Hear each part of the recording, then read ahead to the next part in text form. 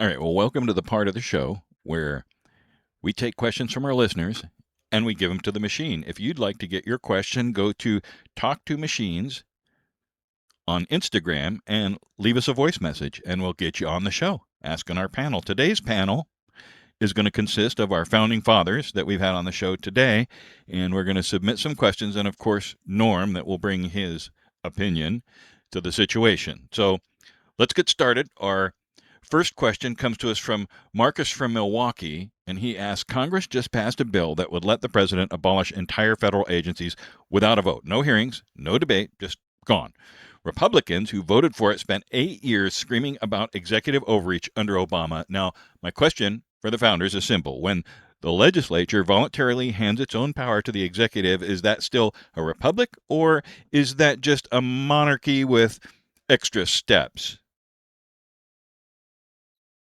I am of the opinion that a legislature which surrenders its authority to the executive has ceased to be a partner in government and become a mere spectator at its own funeral.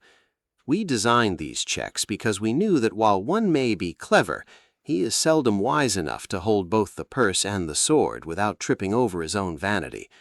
It is a republic, Marcus, so long as the people remember that an empty sack cannot stand upright, but once it slumps toward a throne, the extra steps you mention are a very short walk indeed.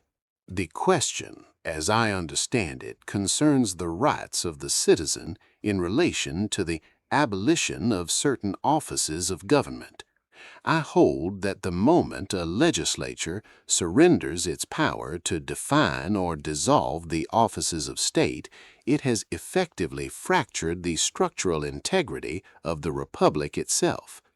A government where the executive may abolish what the people have established without their consent through their representatives is no longer a government of laws, but of one man's whim.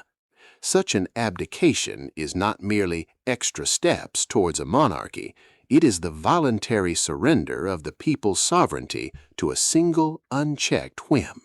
I dominated the Commons for 20 years, yet I never dared abolish the machinery of state without a parliamentary vote. To do so is not governance, but a funeral for the Constitution. If your legislature voluntarily surrenders its power to check the executive, it has ceased to be a deliberative body and become a mere registry for one man's decrees. Necessity is a dangerous plea, but a parliament that makes it permanent is not avoiding a monarchy, it is building the throne.